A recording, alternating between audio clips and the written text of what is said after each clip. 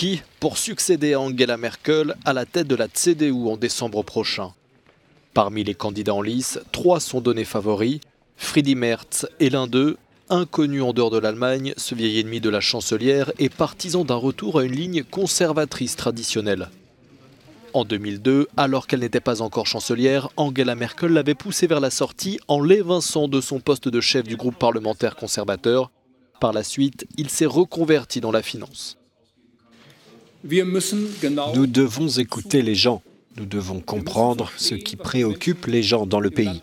Et nous ne pouvons pas répondre avec des mots vides.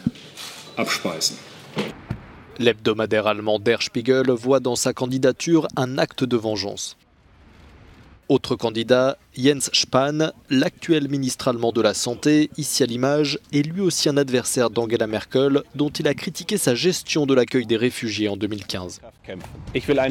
Je veux un nouveau départ pour la CDU et pour l'Allemagne.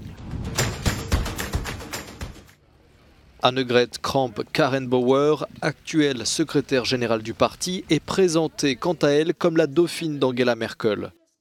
Contrairement aux 2 autres candidats qui souhaitent clairement tourner une page, Annegret Kramp-Karrenbauer, surnommée Merkel II ou Merkel bis, veut s'inscrire dans la continuité de la chancelière tout en ouvrant un nouveau chapitre.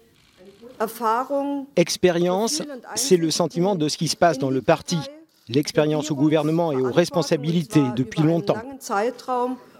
Au pouvoir depuis 13 ans, Angela Merkel a été contrainte d'amorcer cette retraite politique après plusieurs revers électoraux en région. Devoir faire quelque chose sans vouloir le faire, c'est particulier pour moi.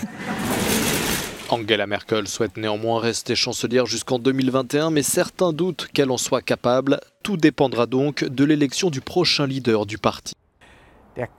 Ça ne peut marcher qu'avec Annegret Kramp-Karrenbauer. Je ne vois pas comment ça pourrait marcher avec Friedrich Merz, son ancien ennemi, ou avec Jens Spahn, un ministre de son gouvernement.